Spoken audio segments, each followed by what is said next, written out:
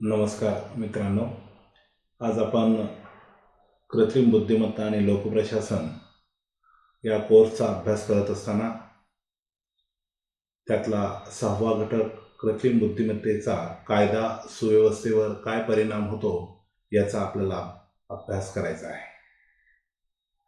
लोकप्रशासनातला एक महत्त्वपूर्ण घटक म्हणून कायदा आणि सुव्यवस्था हा मानला जातो किंवा ओळखला जातो. कायदा आणि सुव्यवस्था कल्याणकारी राज्यासाठी एक महत्त्वाची संकल्पना आहे.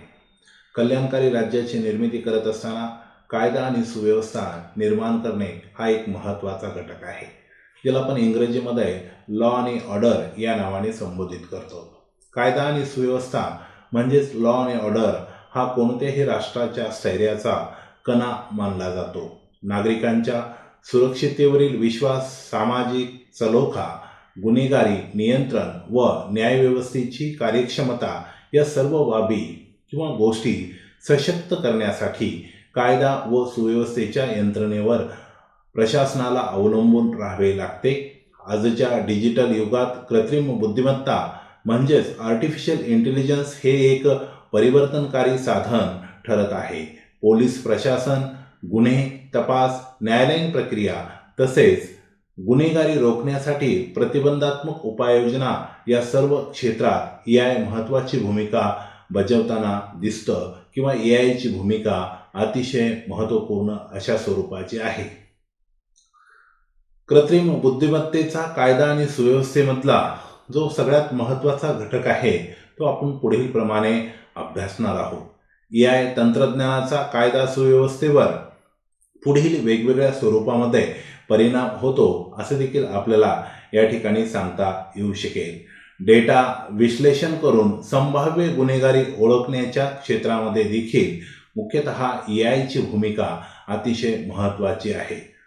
फेशियल रिकग्नायझेशन सिस्टीम, ज्याला आपण चेहरा ओळख असं म्हणतो, गुन्हेगार व संशयितांची जलद ओळख करून घेण्यासाठी स्पेशल रिकग्नायझेशन सिस्टम नावाची यंत्रणा AIच्या माध्यमातून कायदा आणि सुव्यवस्थेमध्ये आज अवलंबली जात आहे. त्याचबरोबर ऑनलाईन गुन्हेगारी शोधण्यासाठी देखील या तंत्रज्ञानाचा वापर करून प्रामुख्याने कायदा आणि सुव्यवस्था सांभाळला जातो असं देखील आपल्याला या ठिकाणी सांगता येऊ शकेल. बिग डेटा अनालिसिस, गुन्हेगारी प्रवृत्तीचं पॅटर्न समजून घेण्यासाठी किंवा गुन्हेगारी ही कशा स्वरूपाची आहे हे समजून घेण्यासाठी कायदा आणि सुव्यवस्थेमध्ये AIची भूमिका किंवा AIचा वापर महत्त्वपूर्ण ठरताना आपल्याला दिसतो. त्याचबरोबर आज न्यायव्यवस्थेमध्ये देखील कायदा आणि सुव्यवस्था निर्माण करत असताना न्यायालयीन प्रक्रियेमध्ये वेळ आणि कागदपत्रांचे डिजिटल व्यवस्थापनाची संकल्पना ही देखील पुढे येताना आपल्याला दिसते. पोलिसांच्या माध्यमातून डिजिटल व्यवस्थापनाच्या माध्यमातून न्यायालयामध्ये ती बाजू मांडली जाते आणि न्याय प्रक्रिया देखील जलद, सुखकर आणि मुख्यतः पारदर्शक पद्धतीने होण्यासाठी या तंत्रज्ञानाचा वापर केला जाताना आपल्याला दिसतो. पोलीस प्रशासनामध्ये AIचा वापर पेट्रोलिंग असेल किंवा वेगवेगळ्या टूल्ससाठी देखील मुख्यतः केलेला आपल्याला दिसतो. त्यामध्ये क्राईम मॅपिंग सॉफ्टवेअर असेल, गुन्हेगारी घडण्याची शक्यता असलेले वेळ व ठिकाण AIच्या माध्यमातून ओळखले जाते. पोलिसांना गस्त किंवा संसाधनाचे योग्य नियोजन करण्यासाठी AI ही संकल्पना अतिशय महत्त्वपूर्ण आहे. त्याच्यामध्ये स्पेशल रिकग्नायझेशन टेक्नॉलॉजी असेल, त्याला आपण FRT या नावाने संबोधित करतो. त्याचबरोबर कायदा सुव्यवस्था नियंत्रित करण्यासाठी AI बरोबरच CCTV फुटेजवरून देखील जो कोणी संशयित आहे याची ओळख पटवणे किंवा हरवलेली मुले, वयोवृद्ध व्यक्तींचा शोध घेण्यासाठी देखील या तंत्रज्ञानाचा वापर कायदा आणि सुव्यवस्था निर्माण करण्यामध्ये होताना आपल्याला दिसतो.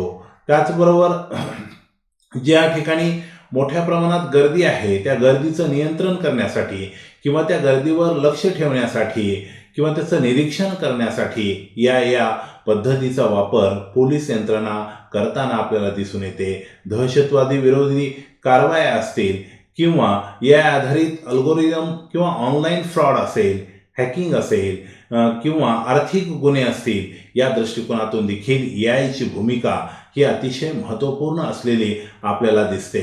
न्यायालयीन व्यवस्थेमध्ये एआय ही संकल्पना अतिशय महत्त्वपूर्ण आपल्याला दिसून येते. त्यामध्ये केस मॅनेजमेंट सिस्टीम असेल, खटल्यांची डिजिटल पद्धतीने छाननी करून तो कमी वेळेमध्ये निर्णय कसे देता येऊ शकतील यासाठी एआयचा वापर होताना दिसतो. तसेच मोठ्या प्रमाणावर कायदेशीर प्रकरणांचे डेटा विश्लेषण करण्याचं काम, कारण की आपण पाहतो की भारतीय न्यायव्यवस्थेमध्ये खटले हे फार दिवस चालतात, वर्षानुवर्ष चालतात आणि एखादा खटला सुरू झालेला खटला हा 5-5 वर्ष 10-10 वर्ष चालतो. त्यावेळेस त्याचं डेटा त्याचं विश्लेषण करणं ही एक मोठी अडचण न्यायालयीन व्यवस्थेसमोर निर्माण होते. मग अशा मोठ्या प्रमाणात कायदेशीर प्रकरणांचे डेटा विश्लेषण करून न्यायाधीश व वकिलांना मदत करण्याचं काम देखील एआय प्रणालीच्या माध्यमातून किंवा कृत्रिम बुद्धिमत्तेच्या माध्यमातून होताना दिसतं. शिक्षा ठरवताना पूर्वानुमान असेल किंवा गुन्ह्याची गंभीरता असेल व आरोपीचा इतिहास असेल, याद्वारे देखील एआयची मदत ही न्यायालयीन व्यवस्थेमध्ये न्यायाधीशांच्या माध्यमातून होताना दिसते. आपल्याला माहिती आहे की कोविड-19 नंतर ऑनलाईन न्यायालयीन प्रक्रिया ही मुख्यतः सुलभ झालेली आपल्याला दिसते. ऑनलाईन त्या ठिकाणची व्यवस्था ही न्यायालयाने आपल्याला दिलेली आहे. यामुळे कायदा सुव्यवस्थेला होणारे जे काही वेगवेगळे फायदे आहेत याचा देखील आपल्याला अभ्यास करता येऊ शकेल. काय फायदा आहे? गुन्हे तपास जलद गतीने करण्यासाठी एआयची भूमिका महत्त्वाची आहे. डेटा विश्लेषणामुळे मानवी चुका कमी करण्यासाठी सुद्धा एआयची भूमिका महत्त्वाची आहे. न्यायालयीन प्रक्रियेमध्ये पारदर्शकता निर्माण करण्यासाठी वेळ कमी एखादा खटला चालवत असताना वेळेचं हे भान असलं पाहिजे, कारण खटला बरेच दिवस चालतो. म्हणून वेळेची मर्यादा लक्षात घेऊन न्यायालयीन प्रक्रियेमध्ये पारदर्शकता निर्माण करण्यासाठी एआयची भूमिका महत्त्वाची आहे. गुन्हे होण्यापूर्वी किंवा ते रोखण्याची क्षमता देखील एआय हे महत्त्वपूर्ण करू शकतं. कमी वेळात जास्तीत जास्त परिणामकारकता कायदा आणि सुव्यवस्था निर्माण करण्यासाठी देखील एआयची भूमिका महत्त्वाची आहे. एआय आणि कायदा सुव्यवस्था ही संकल्पना अभ्यासत असताना काही याची आव्हाने आणि मर्यादा देखील आपल्याला सांगता येऊ शकतील. चॅलेंजेस अँड लिमिटेशन्स आपण त्याला असं म्हणू की मुख्यतः मूळ नागरिकांच्या खाजगी आयुष्यावर आघात ह्या देखील एआय या संकल्पनेमुळे होताना दिसतो. एआय मॉडेल्समध्ये जात, लिंग किंवा वर्गीय पूर्वग्रह निर्माण होऊ शकतात असं आपल्याला सांगता येऊ शकतं. डेटा चोरी व हॅकिंगसारख्या धोका निर्माण होऊ शकतो. एआय आधारित निर्णयांना मानवी हस्तक्षेपाची गरज निर्माण होते. भारतासारख्या देशात तांत्रिक साधनसंपत्तीची कमतरता देखील निर्माण होऊ शकते. भारतीय दृष्टिकोनातून कृत्रिम बुद्धिमत्ता आणि कायदा सुव्यवस्थेचा अभ्यास करत असताना आज सर्वच राज्यांमध्ये किंवा पोलीस स्टेशन जे आपण म्हणतो ते डिजिटल पद्धतीने जोडले जात आहेत. क्राईम आणि क्रिमिनल ट्रॅकिंग नेटवर्क सिस्टम हे देखील महाराष्ट्रामध्ये आणि सर्व घटक राज्यांमध्ये निर्माण होताना आपल्याला दिसतं. त्याचबरोबर राष्ट्रीय सुरक्षेसाठी नागरिकांच्या डेटा व गुन्हेगारी माहितीचे केंद्रीकरण देखील केलेलं आपल्याला दिसून येतं. आज आपण पाहतो की भारत हा प्रगल्भ लोकशाहीचा देश आहे आणि या प्रगल्भ लोकशाहीमध्ये मोर्चे असतील, आंदोलने असतील किंवा दहशतवाद नियंत्रणासाठी देखील एआयची मदत मुख्यतः आपल्याला दिसून येते. सुप्रीम कोर्ट असेल, न्यायालयीन व्यवस्था असेल, या न्यायालयीन व्यवस्थेमध्ये देखील एआयचा वापर मोठ्या प्रमाणात होताना आपल्याला दिसतो. इलेक्ट्रॉनिक्स पुरावे जमा करणे, त्याचे विश्लेषण करणे आणि त्या माहितीचं प्रकटन करणे यासारख्या वेगवेगळ्या दृष्टिकोनातून एआयची भूमिका आधुनिक काळामध्ये कायदा आणि सुव्यवस्था निर्माण करण्यामध्ये अतिशय महत्त्वाची आहे. आंतरराष्ट्रीय दृष्टिकोनातून विचार करत असताना USA असेल, UK असेल, चायना असेल अशा विकसित देशांमध्ये देखील एआयचा वापर मोठ्या प्रमाणात होतो.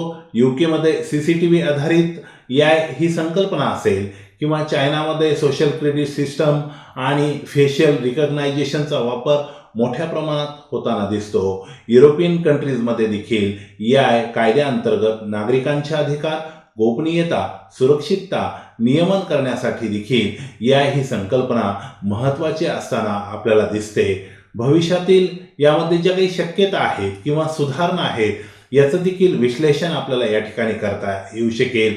AI निर्णय प्रक्रियेमध्ये पारदर्शकता निर्माण करण्यासाठी अतिशय महत्त्वाचे आहे.